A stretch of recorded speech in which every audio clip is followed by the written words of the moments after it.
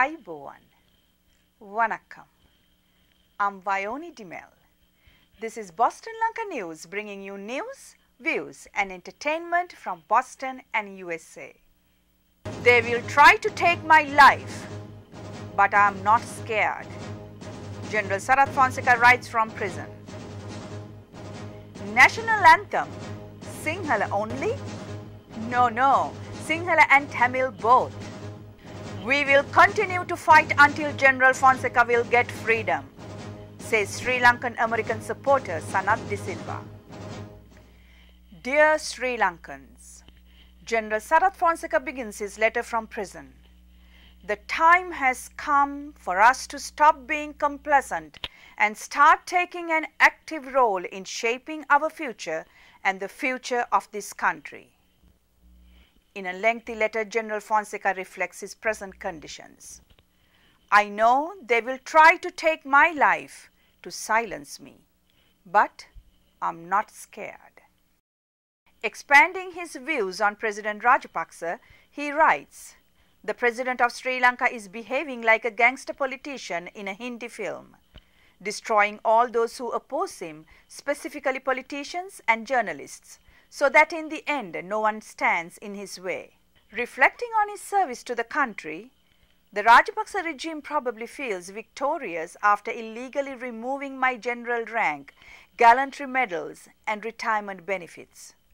This is to be expected, especially from an ungrateful man suffering from an inferiority complex. Appealing for the support from Sri Lankans, he writes, so let us work together to ensure we elect politicians who are not corrupt, but are educated, qualified, experienced, sincere, genuine, patriotic and energetic to be the leaders of our country. Sri Lankan Minister John Senviratne denied any plans to outlaw the singing of the national anthem in Tamil. There is no decision to make a change with regard to the anthem, and we will continue what we have been doing, said Minister Senviratne. Some newspaper from Colombo reported that the cabinet of President Mahinda Rajapaksa decided last week to order that only Sinhala should be used for the national anthem. The Tamil language anthem has been sung in Tamil schools and public offices in Tamil majority areas for nearly 60 years, said constitutional lawyer Jayampati Wickramaratne. ලංකාවේ විතරයි 1978 ආණ්ඩුක්‍රම ව්‍යවස්ථාවෙන් පස්සේ මේ ජාතික ගීය දෙමළ භාෂාවට පරිවර්තනය කරපු ජාතික ගීයකුත් ලංකාවේ තියෙන්නේ. මේක විහිළුවක් මේ Singing national anthem in Tamil is a joke, according to Minister Vimal Veerawansa. No other country sing the national anthem in multiple languages, including India, where the national anthem is only sung in Hindi despite the hundreds of languages being spoken in the country, said Minister Veerawansa.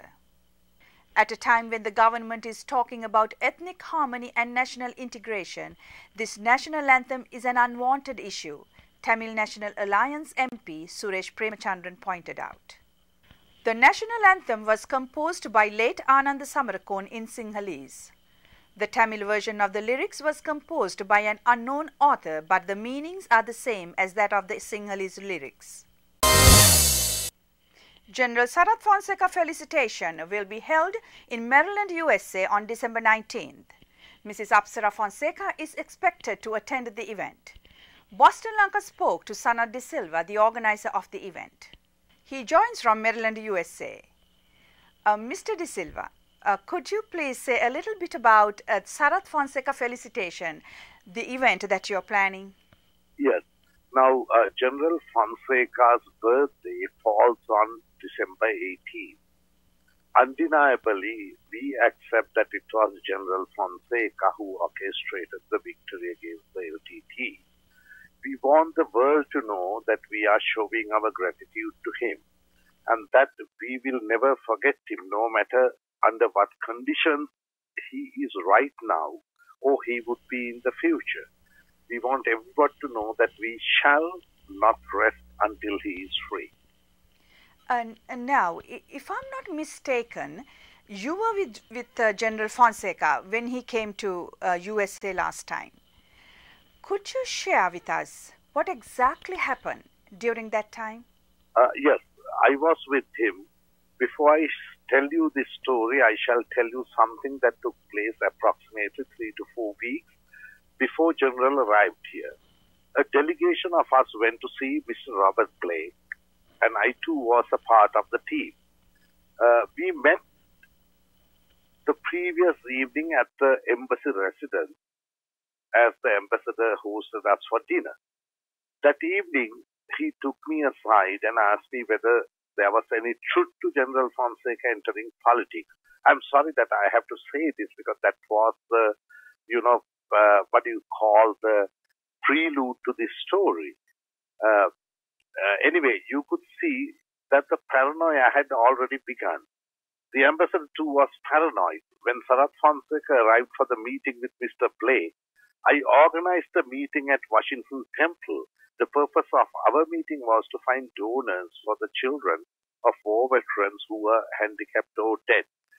And we have been doing that for a long time. Actually, we have been finding scholarships for these kids for a long time, very, very long time. However, the venerable monk at the temple, in his Anusasana, requested the general not to enter politics. And that trio, Mahinda, in his words, he called trio, Mahinda, Gotabaya and General remained united. General, in his speech, mentioned that maintaining unity cannot be done by himself. All three had to adhere to the principles if they were to maintain unity. Anyways, Sarath went to Oklahoma after few days, and because his visit ended here, the official visit ended here, he went to Oklahoma. And the Homeland Security letter was delivered to Oklahoma within the next couple of days, requesting a meeting with him, and the two officials would be flying to Oklahoma to interview him. The general, following the rules governing him, informed the Sri Lankan ambassador here through the military attaché General Samantha Surya Bandar. That night he informed me about the letter, and I immediately called Samantha and asked him whether they have done anything about it. He told me that he immediately informed the ambassador, and he just listened, but he did not say anything.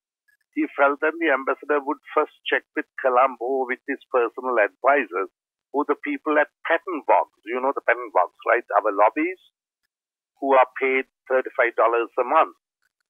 Since the ambassador has a problem with English language, I asked him whether he spoke to him in Sinhala or in English.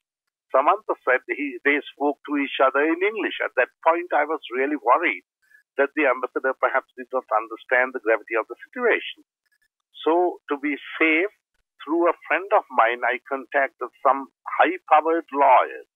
Actually, they were at the Reagan White House, and they are very, very powerful even today here, to check on the situation.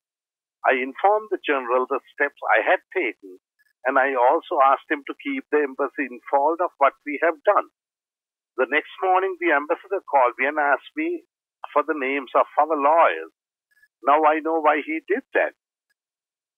So, anyway, Sarath came back to Washington and flew back to Sri Lanka on the instructions of the embassy. However, after he went back, some room boy of a Las Vegas hotel wrote to Asian Tribune, which I do not read, by the way, that Sarath Fonseka contacted his erstwhile friend Sanath de Silva before contacting the embassy about Homeland Security letter. That is garbage, and I reiterate, that is garbage. They even fabricated a story alleging that General was planning to betray Gotabaya Rajapaksa. This is the true story behind the whole episode. Do you think all of these allegations against General Fonseka are politically motivated? If so, why? They are politically motivated. Just look at the military tribunal. Who is responsible for the military careers of these tribunal members? General Milinda Pires. Then there are two others whose names I cannot remember. Right? Most of them have been cashiered by General Fonseka himself during his tenure as the army commander. Now, if you look at that structure of organization in the Defense Ministry, their future is in Gotabaya's hands. Now, can they refuse any order given by Gotabaya? Would Gotabaya give any order that would be disadvantageous to his brother, the president? If these military officers act against the orders of Gotabaya, what would happen to them? Just look at the circumstances these tribunals function. It's a disgrace to our legal system. I mean, I don't have to say anything about it. What can they say? I mean, were they legally qualified to do it? Thank you, Mr. De Silva. That was Mr. Sanath de Silva, one of the supporters of General Sarath Fonseka. That concludes our news edition. We meet you again with another news edition of News, Views and Entertainment from Boston and USA.